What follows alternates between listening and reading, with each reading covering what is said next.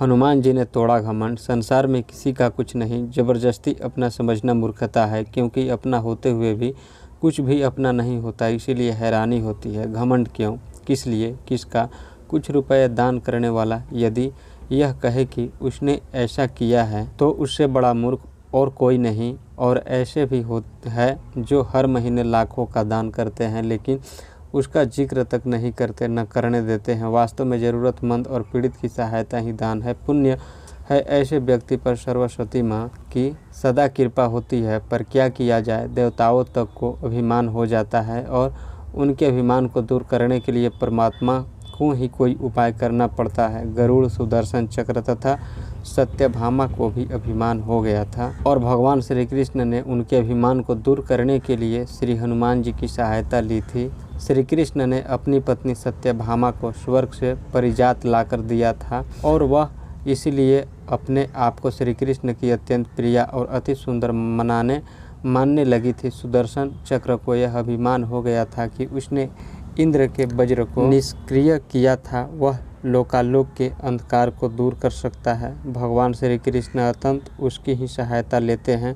गरुड़ भगवान श्री कृष्ण का वाहन था। वह समझता था भगवान मेरे बिना कहीं जा ही नहीं सकते, इसीलिए कि वो मेरी गति कोई मुकाबला नहीं कर सकता। भगवान अपने भक्तों का सदा कल्याण करते हैं, इसीलिए उन्होंने हनुमान जी का स्मरण किया। तत्काल हनुमान जी द्वारिका आ गए। जान गए कि श्री कृष्ण ने क्यों बुलाया है। श्री कृष्ण और श्री राम दोनों एक ही हैं, वह यह भी जानते थे, इसीलिए सीधे राज दरबार नहीं गए। कुछ कौतुक करने के लिए उद्यान में चले गए। वृक्षों पर लगे फल तोड़ने लगे, कुछ खाए कुछ फेंक दिए। वृक्षों को उखाड़ फेंका, कुछ तो तोड़ डाले, बाग वीरान बना दिया। फल तोड़ना और फेंक देना हनुमान जी का मकसद नहीं था, वह तो श्री कृष्ण के संकेत से कौतुक कर रहे थे। बात श्री कृष्ण तक पहुँची। किसी बानर ने राजोघान को उजाड़ दिया है, कुछ किया जाए। श्री कृष्ण ने गरुड़ को बुलाया और कहा जाओ सेना ले जाओ, उस बानर को पकड़ कर लाओ।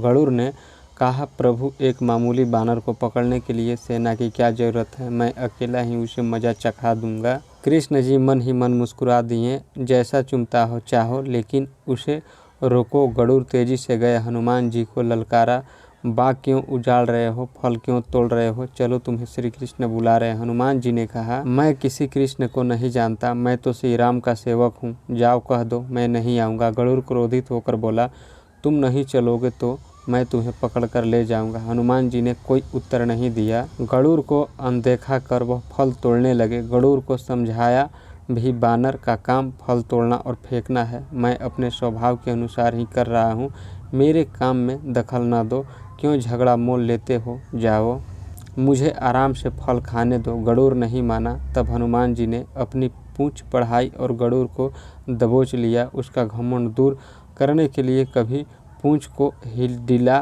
कर देते, गरुड़ कुछ सांस लेता और जब कसते तो गरुड़ के मानो प्राण ही निकल रहे हो। हनुमान जी ने सोचा भगवान का वाहन है, प्रहार भी नहीं कर सकता, लेकिन इसे सबक तो सिखाना ही होगा। पूंछ को एक झटका दिया और गरुड़ को दूर समुद्र में फेंक दिया। बड़ी मुश्किल से वह गरुड़ दरबार में पहुंचा। भगवान को बताया वह कोई साधारण बानर नहीं, मैं उसे पकड़कर नहीं ला सकता। भगवान मुस्कुरा दिया और सोचा कि गरुड़ का घमंड तो दूर हो गया, लेकिन अभी इसके वेग को घमंड को चूर करना है। श्री कृष्ण ने कहा गरुड़ हनुमान श्री राम जी के भक्त हैं, इसीलिए नहीं आए। यदि तुम कहते कि श्री राम ने बुलाया है तो फौरन भागे चले आते। हनुमान अब मलय पर्वत पर चले गए। तुम तेजी से जाओ और उनसे कहना कि श्री राम ने उन्हें बुलाया है, तुम तेज उड़ सकते हो, तुम्हारी गति बहुत है, उसे साथ ही ले आना। गरुड़ वेग से उड़े, मलय पर्वत पर पहुँचे। हनुमान जी से क्षमा मांगी, कहा श्री राम ने आपको याद किया है, अभी आओ मेरे साथ, मैं तुम्हें अपनी पीठ पर बिठाकर मिनटों में द्वारिका ले जाऊंगा। तुम खुद चलेगो तो देर हो जाएगी, मेरी गति बहुत तेज है, तुम मुकाबला नहीं कर सकते। हनुमान जी मुस्कुरा गए, भगवान की लीला समझ गए। कहा तुम जाओ, मैं तुम्हारे पीछे ही आ रहा हूँ। द्वारिका में श्री कृष्ण राम रूप धारण कर सत्यभामा को सीता बनाकर सिंहासन पर बैठ गए।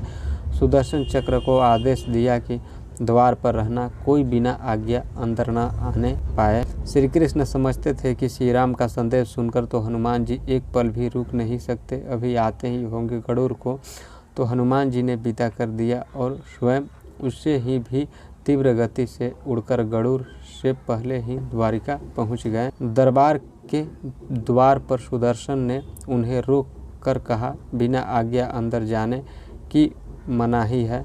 जब श्री राम बुला रहे हो तो हनुमान जी विलम्ब सहन नहीं कर सकते, सुदर्शन को पकड़ा और मुंह में दबा लिया और अंदर चले गए। सिंहासन पर श्री राम और सीता जी बैठे थे। हनुमान जी समझ गए, श्री राम को प्रणाम किया और कहा, प्रभु आने में देर तो नहीं हुई। साथ ही कहा, प्रभु माँ कहाँ है आपके साथ? आज ये कौन दासी बैठी है? सत्यभामा ने सुना तो लज्जित हुई, क्योंकि वह समझती थी कि श्री कृष्ण द्वारा परिजात लाकर दिए जाने से वो सबसे सुंदर स्त्री बन गई है। सत्यभामा का घमंड चूर हो गया। उसी समय गरुड़ तेज गति से उड़ने के कारण हाँफते हुए दरबार में पहुंचा। सांस फूल रही थी, थके से लग रहे थे। हनुमान जी को दरबार में देखकर वह लज्जित हो गए। मेरी गति से भी तेज हनुमान जी दरबार में पहुंच गए। लज्जा से पानी पानी हो गए। गरुड़ के बल और तेज गति से हनुमान जी दरबार में पहुंच गए। लज्जा से पानी पानी हो गए। गरुड़ के बल का और तेज गति से उड़ने का घमंड चूर हो गया। श्री राम ने पूछा, हनुमान तुम अंदर कैसे आए? किसी ने रोका नहीं? रोका था भगवान सुदर्शन ने। मैंने सोचा आपके दर्शनों में विलम्ब होगा, इसीलिए उनसे उलझना नहीं, उसे मैंने अपने मुंह में दबा लिया था। और यह कहकर हनुमान जी ने मुख से सुदर्शन चक्र को निकालकर प्रभु के चरणों में डाल दिया। तीनों का घमंड चूर हो गया। श्री कृष्ण यही चाहते थे। श्री कृष्ण ने हनुमान जी को गले लगाया। हृदय से हृदय की बात हुई और उन्हें विदा कर दिया। परमात्मा अपने भक्त में अपने निकट में अभिमान रहने नहीं देते। श्री कृष्ण सत्यभामा, गरुड़ और सुदर्शन चक्र का घमंड दूर न करते तो परमात्मा के निकट नहीं रह सकते थे, और परमात्मा के निकट वही रह सकता है जो मैं और मेरी से रहित है। श्री राम से जुड़े व्यक्ति में कभी अभिमान हो ही नहीं सकता। न श्री राम में अभिमान था, न उनके भक्त हनुमान जी में। न श्री राम ने कहा कि मैंने किया और न ही हनुमान जी ने कहा कि मैंने किया, इसीलिए दोनों एक हो गए, न अलग थे न अलग रहे। धन्यवाद दोस्तों। वीडियो पसंद आया तो वीडियो को लाइक कीजिए, चैनल को सब्सक्राइब कीजिए।